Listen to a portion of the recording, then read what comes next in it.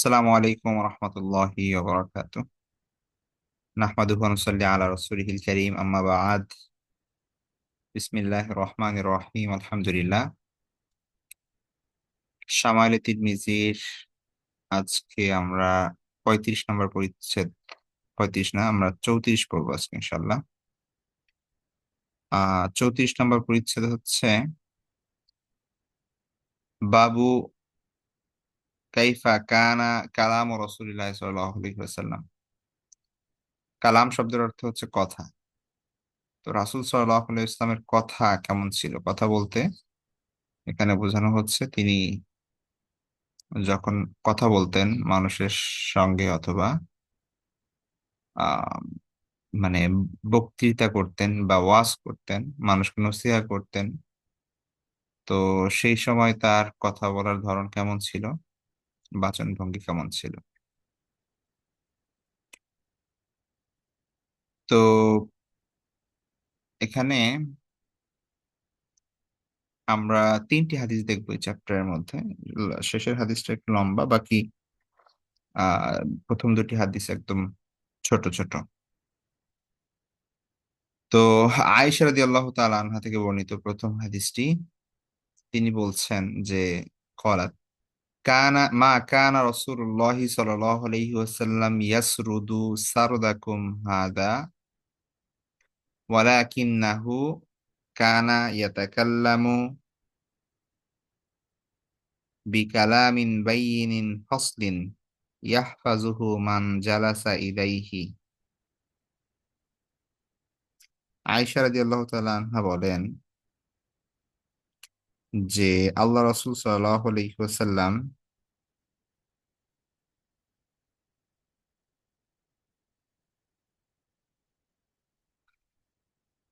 মা কানা, মা মানে হচ্ছে নেগেটিভের জন্য না, আর কানা রাসূলুল্লাহ সাল্লাম ইয়ারসুদু, সারাদা ইয়াসরুদু, এটা একটা শব্দ বা নাসারা থেকে বা দরাবা থেকে ব্যবহার হয়, সারাদা ইয়াসরিদুও হয়।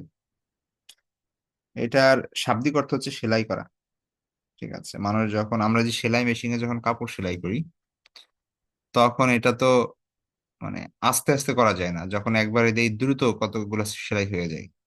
ঠিক আছে, এমনি ভাবে আপনার কেউ যদি হাতে সেলাই করে, তখন দেখা যাচ্ছে দ্রুত এভাবে সুই দিয়ে সেলাই করে এবং একটার পর একটা যেতে থাকে। তো সারাদার আরো কিছু অর্থ আছে। ছিদ্র করা বা বিদ্ধ করা। ধরেন একটা বর্ষা দিয়ে বা একটা ধারালো কিছু দিয়ে আহ, সেটা আপনি দ্রুত কোনো কিছু কয়েকবার কোথাও আঘাত করলেন, যেটা ছিদ্র হয়ে গেল, এটাকে সারাদা বলা হয়।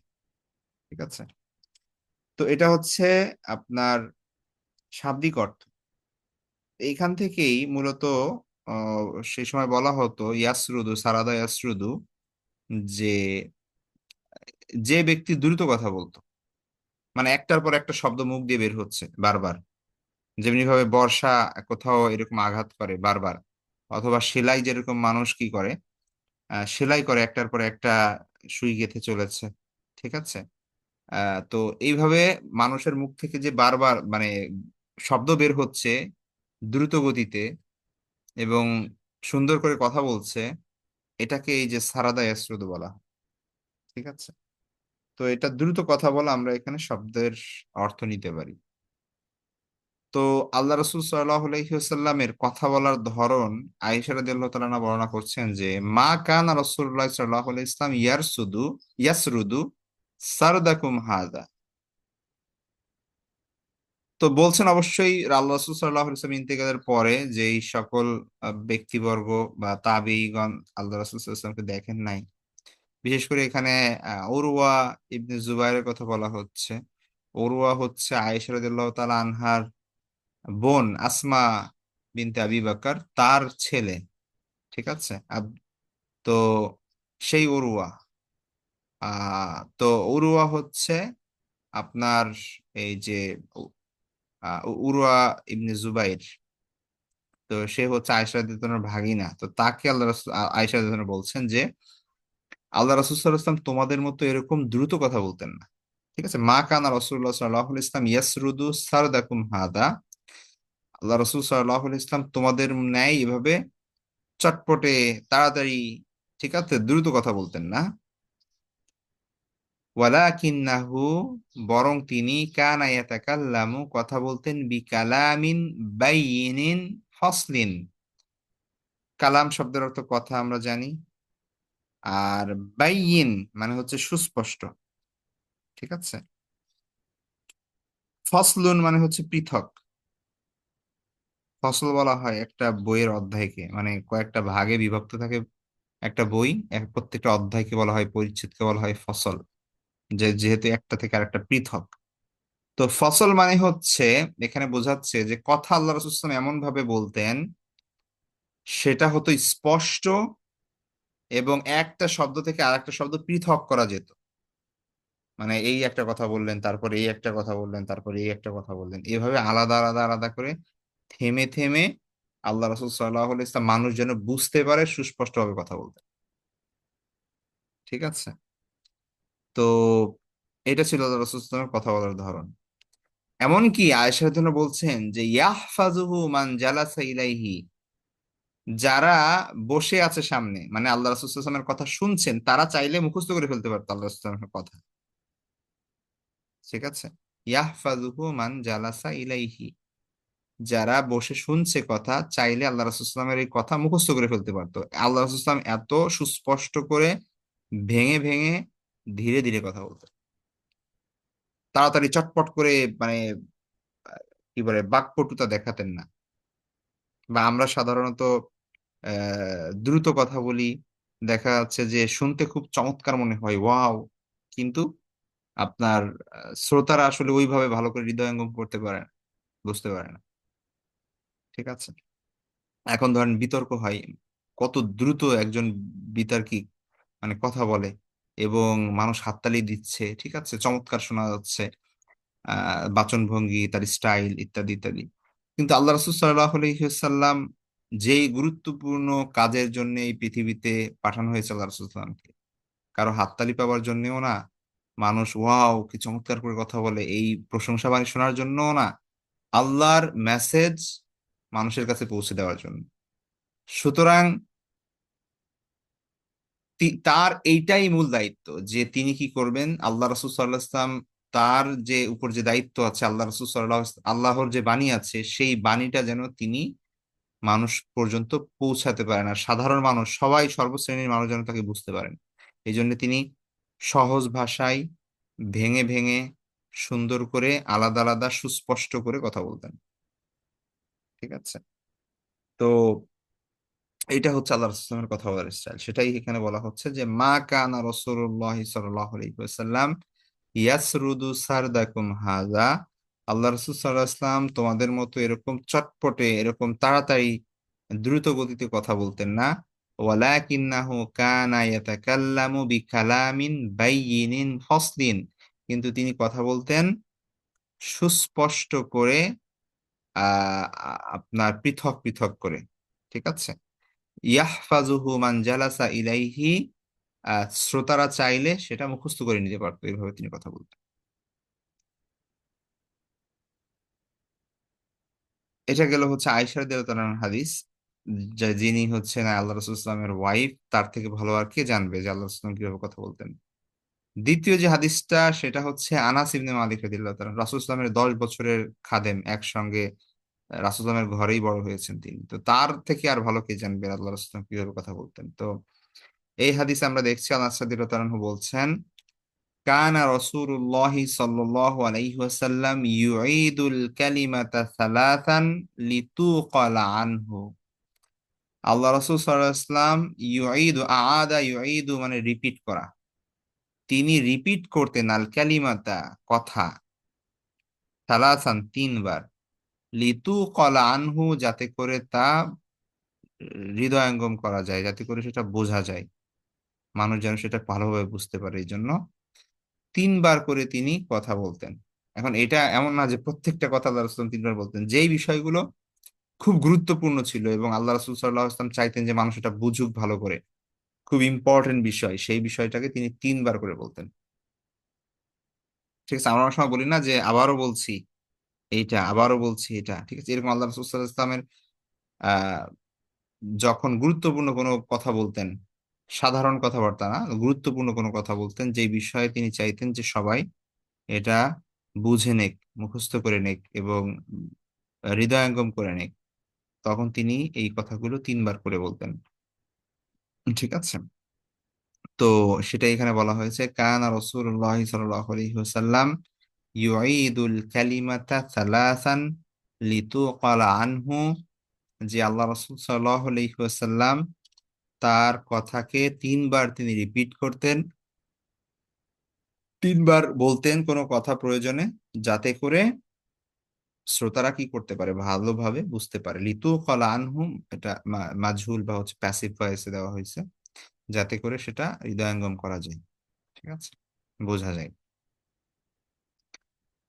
আচ্ছা, তারপরের হাদিসটি হচ্ছে আপনার, আমাদের মনে আছে যে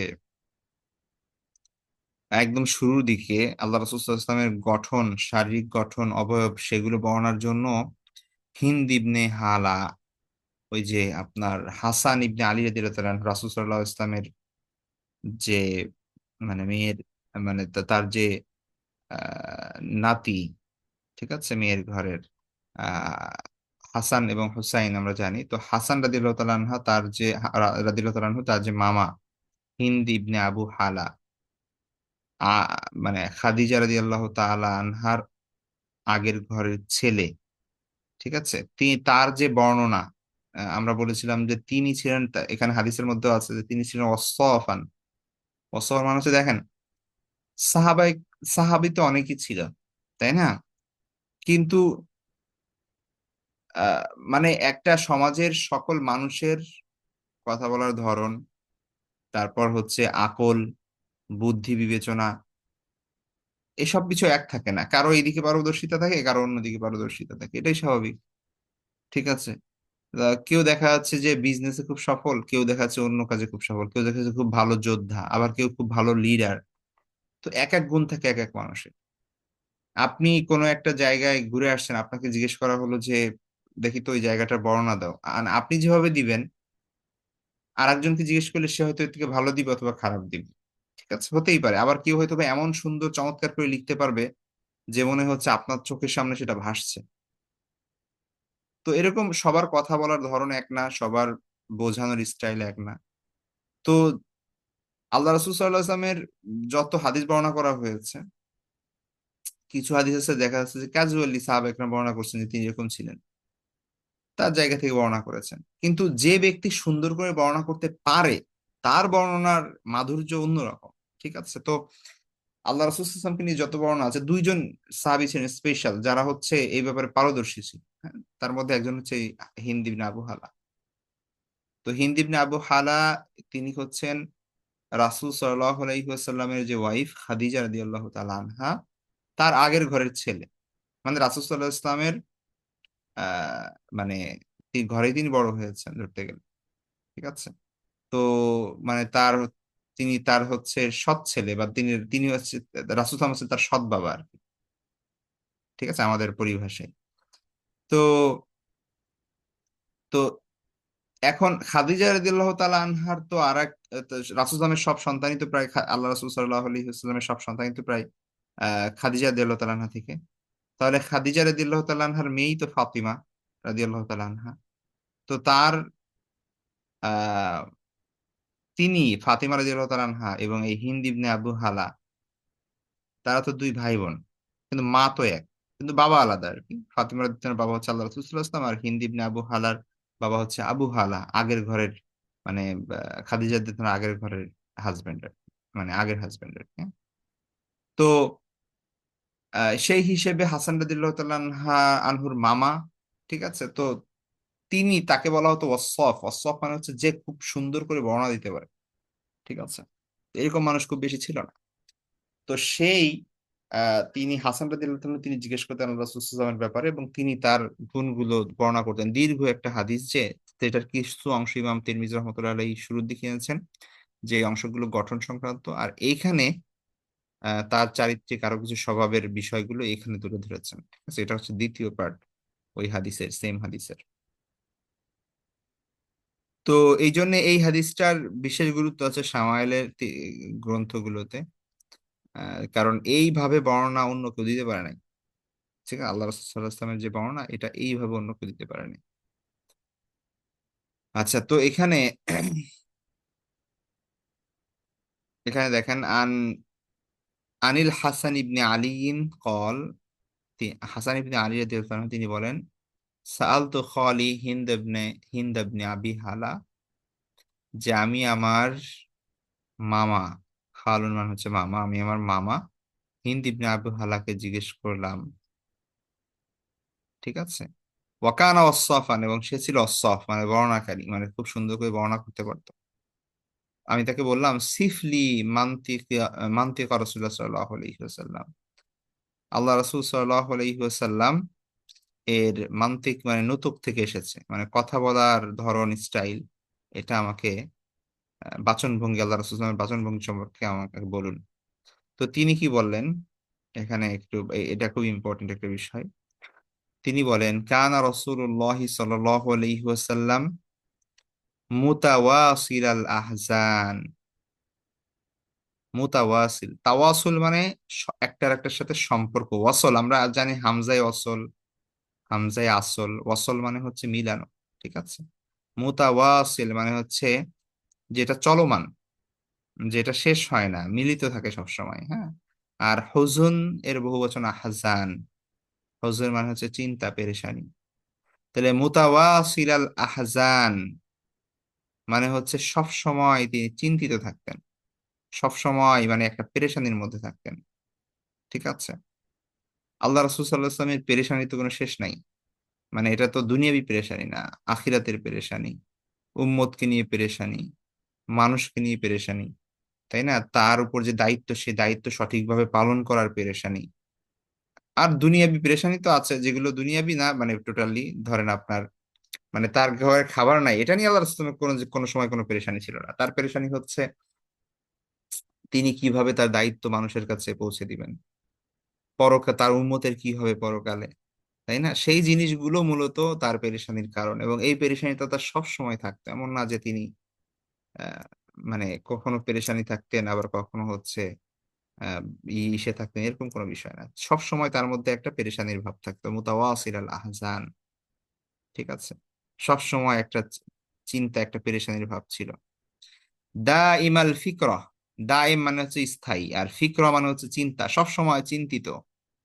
ঠিক আছে, কিছু নিয়ে ভাবতেন, চিন্তা করে থাকেন সবসময়। এমন কোনো সময় ছিল না যে আল্লাহ রাসূল সাল্লাল্লাহু আলাইহি ওয়াসাল্লাম রিল্যাক্স। আমরা যেরকম এমন করি না যে অনেক সময় যে খুব কাজ করতেছি, কাজ করতেছি, ব্যস্ত আছি, ব্যস্ত আছি, তারপরে যাক এক সপ্তাহের ভ্যাকেশন, কক্সবাজার চলে গেলাম, সিলেট চলে গেলাম, খাগড়াছড়ি, সাজেক চলে গেলাম, আর কোনো চিন্তা নাই, সবকিছু মোবাইল টোবাইল বন্ধ করে দিয়ে ব্যাস রিল্যাক্স। আল্লাহ রাসূল সাল্লাল্লাহু আলাইহি ওয়াসাল্লামের জীবনে এরকম কোনো রিল্যাক্স ছিল না। ঠিক আছে, কোনো ভ্যাকেশন ছিল না, কোনো হলিডে ছিল না তার। তার মিশন একটাই, সেটা হচ্ছে এই উম্মতকে নিয়ে চিন্তা করা, উম্মতকে নিয়ে ফিকির করা, আমার আপনার জন্য কাজ করা।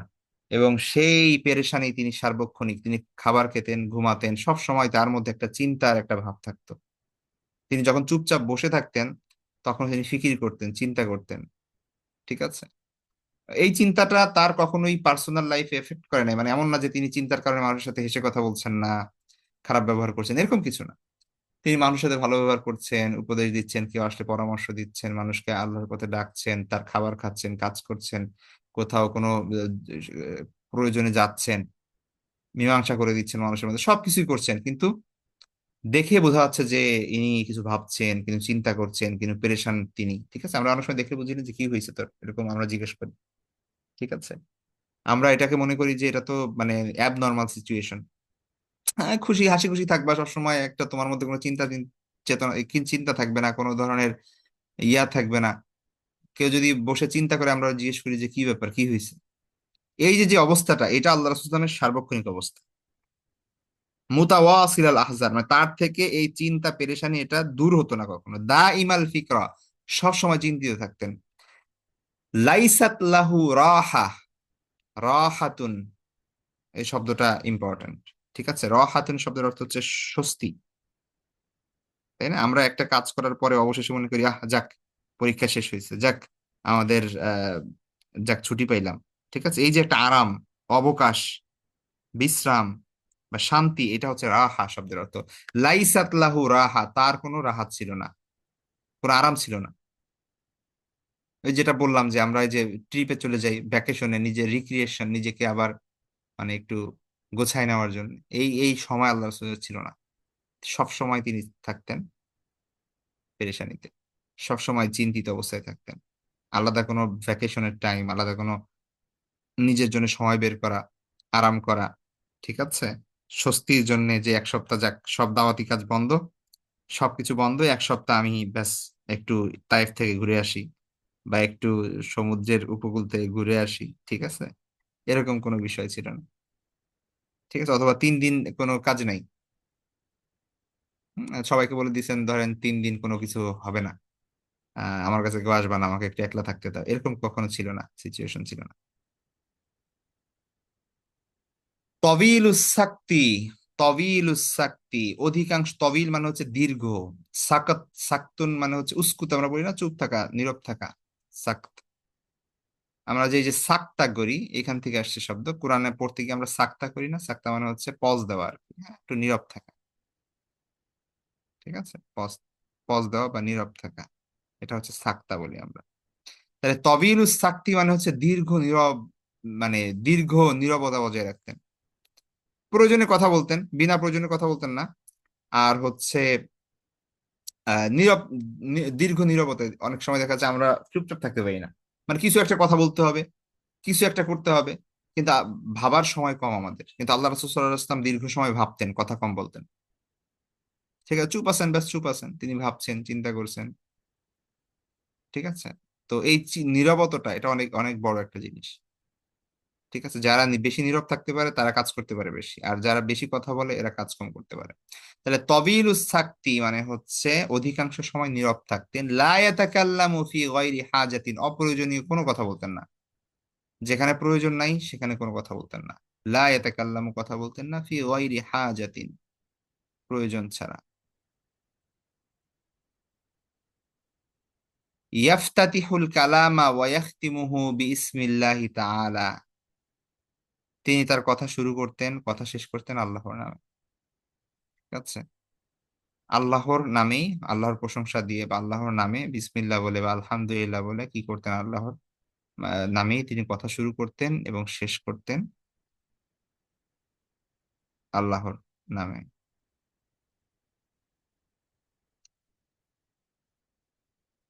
ওয়ায়াতাকাল্লামু বিজাওয়ামিল কালিম, জাওয়ামিল কালিম বলা হয় মূলত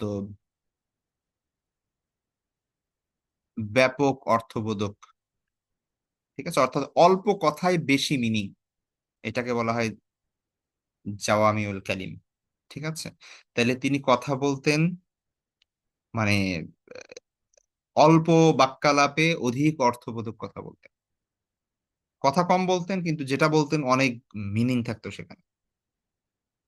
ঠিক আছে, যেমন ধরেন ইন্নামাল আমালু বিন্নিয়াত বলে দিলেন, কারণ আপনি যদি ইন্নামাল আমালু বিন্নিয়াতের ব্যাখ্যা দেখেন তাহলে দেখবেন যে স্কলাররা এটার উপর বই লিখছে আলাদা, যে কত বড় ব্যাখ্যা এবং শরীয়তের কত জায়গায় এটা ফিট হয়, এবং ওটা মানুষের লাইফের প্রত্যেকটা ক্ষেত্রে এটা দরকার। জাস্ট কথা একটা বলে দিয়েছেন ইন্নামাল আমালু বিন্নিয়াত। ঠিক আছে, এরকম আল্লাহ রাসূল সাল্লাল্লাহু আলাইহি ওয়াসাল্লামের কথাগুলো খুব সংক্ষিপ্ত হতো, কিন্তু এটার অর্থ থাকতো অনেক ব্যাপক। তাহলে ওয়ায়াতাকাল্লামু বিজাওয়ামিল কালিম, তিনি ব্যাপক অর্থবোধক বাক্যালাপ করতেন, কথা বলতেন। কালামুহু ফসলুন, তার কথা ছিল ফসলুন, মানে হচ্ছে, মানে যেটা বললাম ফসলের অর্থ হচ্ছে পৃথক। ঠিক আছে, মানে একটি আর একটি হতে পৃথক, পেঁচায় যেত না, প্যাচ লাগতো না মানুষের, যে এটা সে বললো ওইটার সাথে ওইটা কি বললো কি বললো বুঝলাম না। ঠিক আছে, ফসলুহু, কালামুহু ফসলুন মানে হচ্ছে তার কথাবার্তা ছিল একটা, তার কথার মধ্যে যতগুলো বাক্য তিনি বলতেন একটা বাক্য আর একটা বাক্য থেকে পৃথক ছিল। লা ফুদুলা ওয়ালা তাকসিরা, ফুদুল মানে হচ্ছে অতিরিক্ত, আর তাকসির মানে হচ্ছে কম। যতটুকু কথা বলা দরকার তার থেকে তিনি অতিরিক্ত বলতেন না, আবার এত সংক্ষিপ্ত করতেন না, এত কম কথা বলতেন না যে মানুষ বুঝবে না। তাহলে তার কথাবার্তা খুব বিস্তারিত ছিল না, যে প্রয়োজনের অতিরিক্ত তিনি বলতেছেন বেশি বলতেছেন। অনেক সময় এমন হয় না যে কোনো একটা গেস্টকে দাওয়াত দেওয়া হয়েছে, ওনাকে সময় দেওয়া হয়েছে 5 মিনিট, উনি সে বলতে বলতে মানুষ বিরক্ত হয়ে যেতেছে, ওনার কোনো হুঁশই নেই। ঠিক আছে, অথবা একটা টপিক নিয়ে আলোচনা করতে দিয়ে দেওয়া হয়েছে, বারবার ঘুরে ফিরে একই জিনিস বারবার বলতেছেন, মানুষ অলরেডি বুঝছে, মনে মনে বলতেছে আর সামনে বলেন সামনে বলেন, আর উনি ওইটাই পেঁচাচ্ছে। তো এরকম হয় অনেক সময়, এটাকে হচ্ছে ফুজুল। ঠিক আছে। আর তাকসির মানে হচ্ছে এত শর্ট বলছে মানুষ বুঝেই নাই যে কি বলছে। তাহলে লা ফুদুলা ওয়ালা তাকসিরা, অতিরিক্ত বলতেন না, আবার প্রয়োজনের তুলনায় সংক্ষিপ্ত করতেন না। লাইসা বিল জাফি ওয়ালাল মুহিন,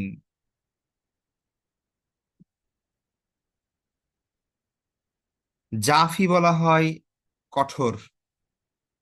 ঠিক আছে, তার কথার মধ্যে তিনি যখন কাউকে উপদেশ দিতেন, কথা বলতেন, তার কথায় কোনো ধরনের কঠোরতার ছাপ ছিল না। তিনি কোনো মানে তিনি কঠোর ছিলেন না মানুষের প্রতি। এখানে বিশেষ করে কথা বলা হচ্ছে আর কি। হ্যাঁ, আমরা অনেক সময় স্বাভাবিক কথা বলার ক্ষেত্রেও কঠোর ভাবে বলি। ঠিক আছে। আবার অনেক সময় আমরা কথা বলতে গেলে মানে তিরস্কার সুলভ মানুষের কথা বলি, মানে এমন একটা টিটকারি করে কথা বলি, বা এমন একটা তুচ্ছ তাচ্ছিল্যের ভাব নেই যে মানে কাউকে ছোট করার মতো করে কথা বলি। ঠিক আছে, অনেক সময় এমন হয়। তো আল্লাহ রসুল সাল্লাল্লাহু আলাইহি ওয়াসাল্লাম ব্যাপারে বলা হচ্ছে ওয়ালাল মুহিন, আহান ইহিন মানে হচ্ছে তুচ্ছ তাচ্ছিল্য করা। তাহলে তার কথা এমনও ছিল না যেটা অন্যকে তুচ্ছ করবে বা তাচ্ছিল্যের সাথে কথা বলবে। তো তিনি কি করতেন? লাইসা বিল জাফি ওয়ালাল মুহিন, তার কথার মধ্যে কঠোরতার ছাপও ছিল না। তিনি মানুষের, তিনি যে কথা বলতেন, কাউকে উপদেশ দিতেন, কাউকে কোনো কিছু বলতেন, আহ এই বাক্যালাপের ক্ষেত্রে তিনি কঠোর ভাব বজায় রাখতেন না। হ্যাঁ, কোনো কঠোরতাও ছিল না সেখানে। আবার এমন ভাবেও কথা বলতেন না যেটা টিটকারি হবে, হ্যাঁ, ঠেস দিয়ে কথা বলা হবে, অথবা ইঙ্গিতে তাকে ছোট করা হবে। এরকম অনেক, আমরা কিন্তু আমাদের কথাবার্তায় অনেক এরকম করি, আমাদের ফ্রেন্ডদের সাথে হোক, আত্মীয় স্বজনের সাথে হোক, হাজবেন্ড ওয়াইফ হোক, তাই না? এরকম অনেক অনেক হয়, একটু টিটকিরি করে বা একটু হচ্ছে ঠেস দিয়ে, একটু হচ্ছে ইয়া করে। ঠিক আছে, তুচ্ছ তাচ্ছিল্য করে, ছোট করে, এরকম অনেক অনেক কথা বলি আমরা, যাতে অন্য মনে কষ্ট পায়। তো আল্লাহ রসুল সাল্লাহ ইসলামের কথার মধ্যে কঠোরতার ছাপও ছিল না, আবার তুচ্ছ তাচ্ছিল্যের ভাবও থাকতো না।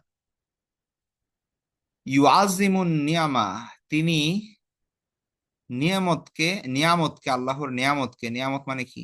আমরা সবাই জানি নিয়ামত মানে কি। আল্লাহর পক্ষ থেকে যেই আহ যা কিছু তিনি পেতেন, যা কিছুই আসতো, যে কোনো ধরনের নিয়ামত, সেটাকে তিনি বড় করে দেখতেন, ইউআজিমু। ঠিক আছে, তিনি অনেক বড় মনে করতেন সেটাকে। ওয়া ইন দাক্কাত, যদিও সেটা খুব ছোট জিনিস হোক, তুচ্ছ জিনিস হোক। অনেক বড় একটা গুণ, দেখুন এটা। তো ওয়াইন দাক্কত, যদিও সেটা খুব তুচ্ছ বিষয়, খুব সামান্য হোক না কেন, কিন্তু আল্লাহর নিয়ামতকে তিনি অনেক বড় করে দেখতেন, এটাকে অনেক বড় করে দেখতেন এবং এটা শুকরিয়া আদায় করতেন। না, আমাদের মধ্যে যে ভাব, এইটুক বা এরকম, ঠিক আছে, মাত্র এতটুকু, এই ধরনের আমাদের মধ্যে। কিন্তু আল্লাহ রাসূল সাল্লাল্লাহু আলাইহি ওয়াসাল্লাম, ধরেন আপনি কোথাও এক্সপেক্ট করছেন যে আপনি অনেক ভালো খাবেন, কিন্তু সেইখানে খাবারটা আপনার মনোভূত হলো না, আমরা কি করি? সেটা সমালোচনা করি। কিন্তু আল্লাহ রসুল সাল্লাহ আলহিহাস্লাম, যে কোনো খাবার আসছে, ব্যাস আলহামদুলিল্লাহ।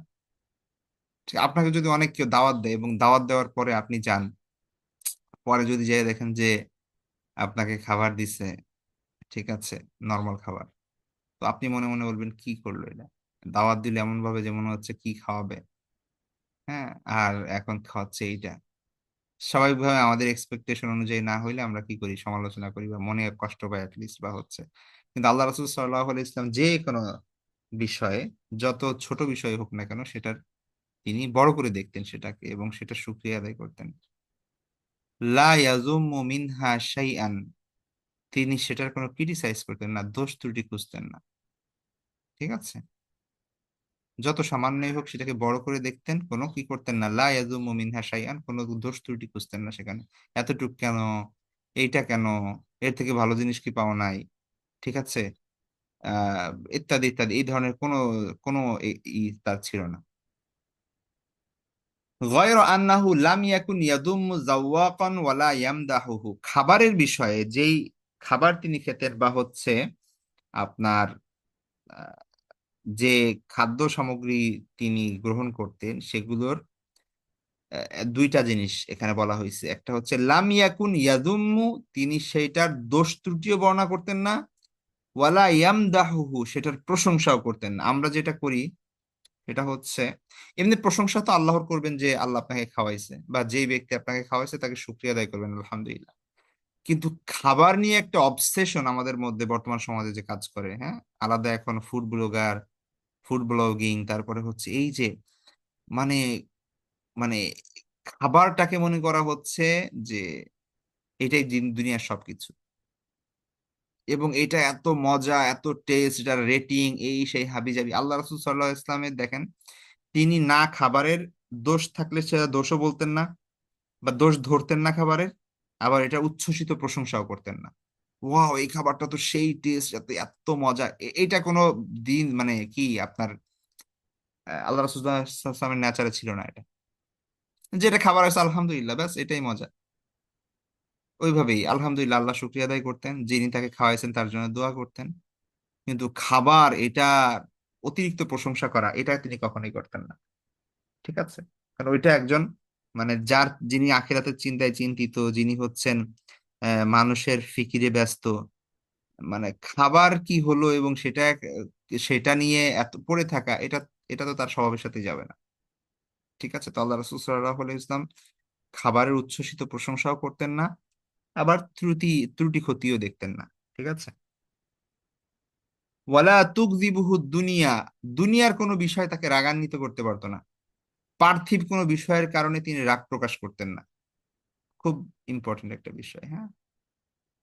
ওয়ালা মা কানা লাহা,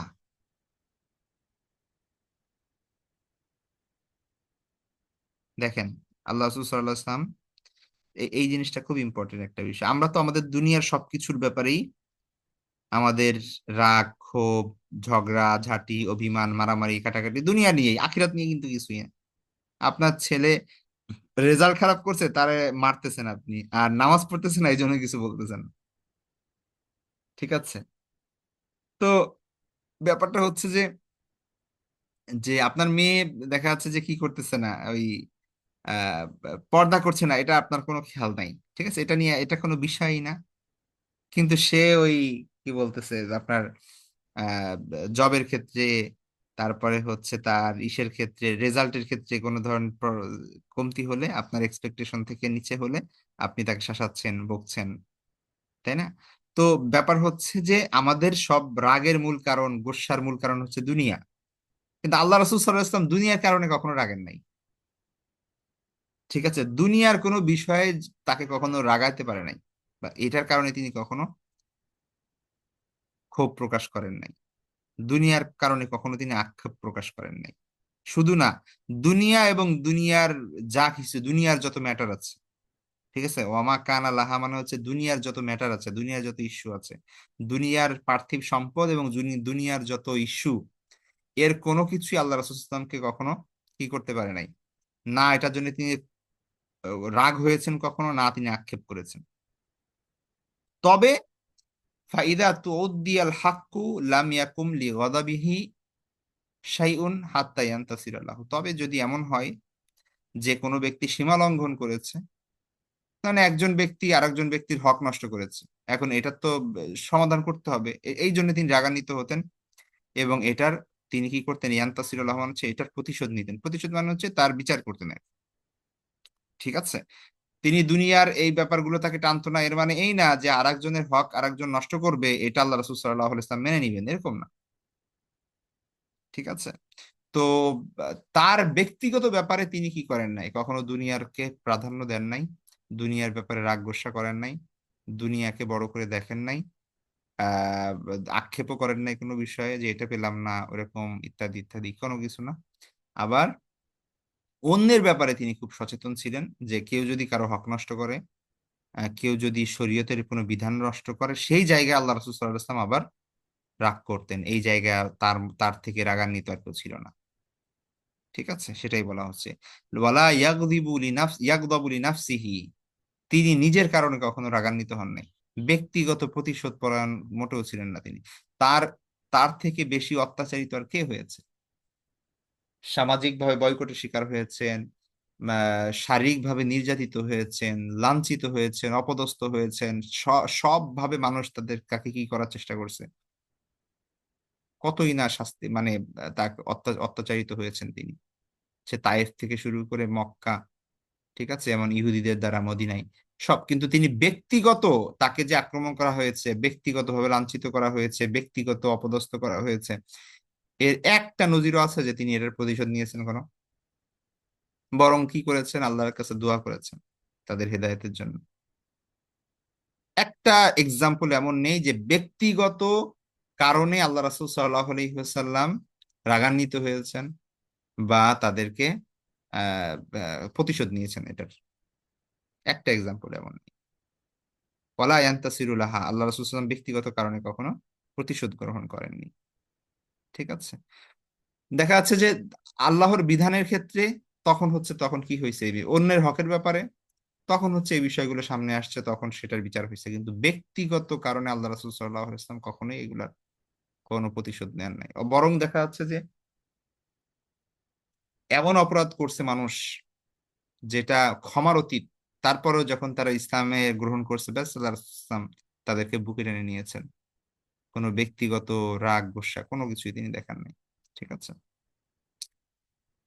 তো দায়ী হওয়ার এটা অনেক বড় একটা গুণ, এটা একটু মাথায় রাখবো আমরা, হ্যাঁ। মানে যারা দিনে মানে অনলাইনে হোক অফলাইন হোক দাওয়াতের কাজ করি, বা হচ্ছে ভবিষ্যতে কাজ করার ইচ্ছা আছে, এটা অনেক বড় একটা গুণ যে একজন দায়ী কখনো কোনো কিছু পার্সোনালি নিবে না। আমরা এখন হয় কি, দিনের জন্য একটা পোস্ট করি, আমার একজন কাউন্টার দিল, আমার বিরুদ্ধে একটু কথা বললো, তার সাথে আমার পার্সোনাল একটা শত্রুতা হয়ে যায়, পরে আমি কিছু গালাগালি করলাম, সে কিছু গালাগালি করলো, কিছু মানে ইনঅ্যাপ্রোপ্রিয়েট কথা আমি বললাম, সে বললো, এটা পার্সোনালি চলে যায়। তখন দেখা যাচ্ছে যে একজন একজনের মুখ দেখা দেখি হয় না, সমালোচনা করা হয়, গীবত করা হয়, ইত্যাদি ইত্যাদি। এগুলো অনলাইনে এখন প্রচুর, আলেমদের সাথে আলেমদের, বক্তার সাথে বক্তার, বিভিন্ন, এগুলো পার্সোনাল লেভেলে চলে গেছে সব। ঠিক আছে, এখন আর ওইগুলা ওই পর্যায়ে নাই। তো এগুলো মাথায় রাখতে হবে যে দায়ের কাজ করতে গেলে কোনো কিছু পার্সোনালি নেওয়া যাবে না, কোনো কিছুই পার্সোনালি নেওয়া যাবে না। ঠিক আছে, তো পার্সোনালি যখনই নিবেন আপনি, তখনই হচ্ছে আপনি আর দায়ী নাই। ঠিক আছে, সত্যিকার অর্থে আপনি দাওয়াতের কাজ করতে পারবেন না। নিজের ব্যক্তিগত কারণে প্রতিশোধ গ্রহণ, ব্যক্তিগত কারণে অন্যের সমালোচনা, ব্যক্তিগত কারণে রাগান্বিত হওয়া, এইসব করা যাবে না। ঠিক আছে, সবার আগে দেখতে হবে যে দিনের জন্য কোনটা ভালো। যাই হোক, তারপরে বলছেন ইদা আশারা আশারা বিকাফি কুল্লিহা, যখন তিনি কোনো কিছুকে ইশারা করতেন, তখন সম্পূর্ণ হাত দিয়ে ইশারা করতেন। আমরা যেমন একটা আঙ্গুল দিয়ে ইশারা করি, ওই যে আল্লাহ রাসূল সাল্লাল্লাহু আলাইহি ওয়াসাল্লাম পূর্ণ হাত দিয়ে ইশারা করতেন। ঠিক আছে, ওয়া ইদা তাআজ্জাবা ক্বালাবাহু, আর আল্লাহ রাসূল সাল্লাল্লাহু আলাইহি ওয়াসাল্লাম আশ্চর্যিত হলে হাতটাকে উল্টা করে ফেলতেন, তালুটা নিচের দিকে নিয়ে নিতেন। ঠিক আছে, হাতটা। তো এটা তার একটা অভ্যাস ছিল, বা সেই সময়ের একটা রীতি ছিল আর কি। ওয়া ইদা তাহাদ্দাসা ইত্তাসালা বিহা, আর আল্লাহ রাসূল সাল্লাল্লাহু আলাইহি ওয়াসাল্লাম যখন কথা বলতেন, তখন হচ্ছে তার আহ, ই- ইত্তাসালা মানে হচ্ছে একত্রিত করতেন আর কি, হ্যাঁ। তার হাত, ইত্তাসালা বিহা মানে হচ্ছে তার হাত একত্রিত করতেন, মানে হচ্ছে তার ডান হাতের আঙ্গুল, না, ডান হাতের তালুতে বাম হাতের আঙ্গুল আহ, দ্বারা তিনি এভাবে আঘাত করতেন আর কি, হ্যাঁ। অর্থাৎ আমরা যেরকম অনেকে কথা বলার সময় যে হাতে এক হাতের সাথে আর এক হাতে এরকম তালির মতো দেয়, অনেকে এভাবে উল্টা এরকম রাখে, ঠিক আছে, বিভিন্ন ভাবে। আপনি বিভিন্ন হাত বিভিন্ন ভাবে রাখতে পারেন। তো আল্লাহ রাসূল সাল্লাল্লাহু আলাইহি ইসলাম কথা বলতেন যখন, তখন ডান হাতের তালুতে বাম হাতের আঙ্গুল গুলো তিনি রাখতেন। ঠিক আছে, এভাবে অনেক সময় আঘাত করতেন, এভাবে, এরকম আর কি। তো তারপরে বলা হচ্ছে ওয়াইদা দরাবা বিরাহাতিহিল ইউমনা বাতনা ইবহামিহিল ইউসরা। ঠিক আছে, তো আহ, তিনি আঘাত করতেন কোন দিয়ে, মানে কি বলে, কথা বলার সময় ওই যে আঙ্গুল দুই হাত মিলাতেন, এবং তারপরে যেটা বললাম যেটা করতেন, তার যে ডান হাতের তালু আছে, এই তালুতে বাম হাতের যে বৃদ্ধাঙ্গুল, সেই বৃদ্ধাঙ্গুল দিয়ে তিনি এভাবে মিলাই রাখতেন আর কি, অথবা এভাবে তিনি আঘাত করতেন। এটা তো দেখাতে হবে, না হলে বোঝা যাবে না। তো এই হচ্ছে বিষয়, এটা অন্য একটা সময় দেখায় দিব ইনশাল্লাহ। তো ওয়াইদা গদিবা আরদা ওয়া আশাহা, যখন তিনি অসন্তুষ্ট হতেন, রাগান্বিত হতেন, তখন তিনি মুখ ফিরিয়ে নিতেন এবং অমনোযোগী হতেন। ঠিক আছে। কারোর প্রতি আল্লাহ রাসূলুল্লাহ সাল্লাল্লাহু আলাইহি ওয়াসাল্লাম রাগ, তো দেখা যাচ্ছে যে আহ, তার দিকে আর তাকাতেন না, বা কেউ এসে, তো সে আসলেও আল্লাহ রাসূলুল্লাহ সাল্লাল্লাহু আলাইহি ওয়াসাল্লাম অন্যদিক ঘুরে যেতেন, অথবা সে ডাকতেছে তিনি খেয়াল করতেন না, অমনোযোগী হতেন। তো সে বুঝতে পারতো যে আল্লাহ রাসূলুল্লাহ সাল্লাল্লাহু আলাইহি ওয়াসাল্লাম কি ব্যাপার, আমার সালাম নিচ্ছেন না, সালামের উত্তর দিচ্ছেন না, আমার কথা শুনছেন না। তো সে বুঝতে পারতো যে কোনো একটা সমস্যা হয়েছে। তো তখন আহ অন্যদের কাছে জিজ্ঞেস করতেন যে ব্যাপারটা কি। ঠিক আছে। তো এটা কখনোই কোনো ব্যক্তিগত কারণে কখনো হয় নাই। দুনিয়া মানে আখিরাতের অনেক বিষয় বা কারো থেকে কোনো বিষয়ের সীমা লঙ্ঘন হলে, বা হচ্ছে এমন জিনিস আল্লাহ রাসূলুল্লাহ সাল্লাল্লাহু আলাইহি ওয়াসাল্লাম অপছন্দ করতেন কেউ যদি এমন কাজ করতো, তো এই সব ক্ষেত্রে এমন করতেন তিনি। একটা ঘটনা প্রসিদ্ধ আছে, আমরা জানি যে ওই আল্লাহ রাসূলুল্লাহ সাল্লাল্লাহু আলাইহি ওয়াসাল্লাম একবার রাস্তা দিয়ে যাচ্ছেন, তো এক দেখলেন যে একটা একটা জায়গায় দ্বিতলা বাড়ি। ঠিক আছে। মানে সুন্দর করে একটা বাড়ি করা হয়েছে, উঁচু করে, দোতলা বিশিষ্ট। তখন তিনি জিজ্ঞেস করলেন যে এটা কার বাড়ি। তখন বলা হলো যে অমুক সাহাবীর। তো তারপরে তিনি চলে আসলেন এবং মনঃক্ষুণ্ণ হলেন আর কি। এ- ঠিক আছে। তো ওই সাহাবী পরবর্তীতে যখন আসলো, তখন আল্লাহ রাসূলুল্লাহ সাল্লাল্লাহু আলাইহি ওয়াসাল্লাম কথা বলে না তার সাথে। তো তখন তিনি জিজ্ঞেস করলেন যে ব্যাপারটা কি। তো তখন সবাই বললো যে তোমার বাড়ি নিয়ে জিজ্ঞেস করছিল আল্লাহ রাসূলুল্লাহ সাল্লাল্লাহু আলাইহি ওয়াসাল্লাম। তো ওই সাহাবী গিয়ে সাথে সাথে সে বাড়ি ভেঙে ফেলেন, একদম মাটির সাথে মিশিয়ে দেন। তো পরে আল্লাহ রাসূল সাল্লাল্লাহু আলাইহি ওয়াসাল্লাম আবার তার সাথে কথা বলেন। ঠিক আছে। তো এখন মানে ব্যাপারটা এমন না যে বাড়ি করা হারাম বা হচ্ছে এরকম ইত্যাদি কিছু। তো তিনি মানে আল্লাহ রাসূল সাল্লাল্লাহু আলাইহি ওয়াসাল্লামের সেই সময় তিনি হয়তো বুঝতে পেরেছেন যে এর মধ্যে হয়তোবা দুনিয়ার ভালোবাসা ঢুকে গিয়েছে, অথবা আহ মানে দুনিয়ার ফিকির ঢুকে গিয়েছে। ঠিক আছে। অথবা দুনিয়াকে সে বেশি প্রাধান্য দিচ্ছে, তো যার কারণে তিনি চান নাই তার এই সাহাবী দুনিয়ার প্রতি বেশি আগাক। ঠিক আছে। তো এই জন্য, যাই হোক, এটা এটা বিভিন্নভাবে এক্সপ্লেন করা যেতে পারে, সে হাদিস আলাদা ব্যাপার সেটা। তো এটা একটা এক্সাম্পল আর কি। তো তিনি যখন কারো প্রতি অসন্তুষ্ট হতেন, সেটা অবশ্যই পার্সোনাল কারণে না, বরং শরীয়তের বিধি লঙ্ঘন করার কারণে, বা তার তিনি অসন্তুষ্ট হন এমন কিছু কাজ করার জন্য। ঠিক আছে। তো তখন তার থেকে মুখ ফিরিয়ে নিতেন এবং অমনোযোগী হতেন, মানে সে কথা বললেও যে শুনতো না, আল্লাহ রাসূলুল্লাহ সাল্লাল্লাহু আলাইহি ওয়াসাল্লাম ডাক দিলেও খেয়াল করতেন না। তখন তারা বুঝতে পারতো যে কোনো একটা ঝামেলা হয়েছে হয়তো। ওয়াইদা ফারিহা গদ্দ তরফাহু, যখন তিনি আনন্দ উৎফুল্ল হতেন, তখন তিনি মানে চোখ নামিয়ে ফেলতেন। ঠিক আছে, মাটির দিকে তাকাতেন। আর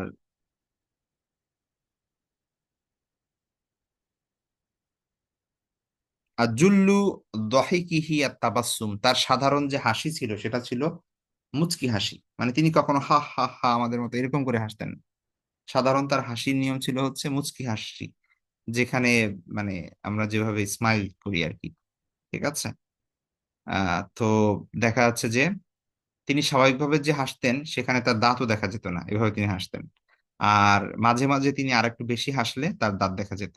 কিন্তু কখনো তিনি আহ ইয়া করতেন না, মানে দহাক যেটা আর কি, বা দেহেক যেটা, যেটাকে জোরে জোরে জোরে হাসা বলা হয়, হা হা হা করে, এভাবে তিনি কখনোই হাসেন নাই। ঠিক আছে। তিনি সর্বোচ্চ মুচকি হেসেছেন, মানে মুচকি হাসতেন সবসময়, মুচকি মুচকি হাসির একটা ভাব থাকতো। একটু বেশি মুচকি হাসতেন, কখনো যদি এমন কোনো বিষয় হতো যেখানে অনেক বেশি হাসতে হয়, সেখানে তিনি তার দাঁত দেখিয়ে হাসতেন, ব্যাস এইটুকুই হতো, এর থেকে বেশি কিছু না।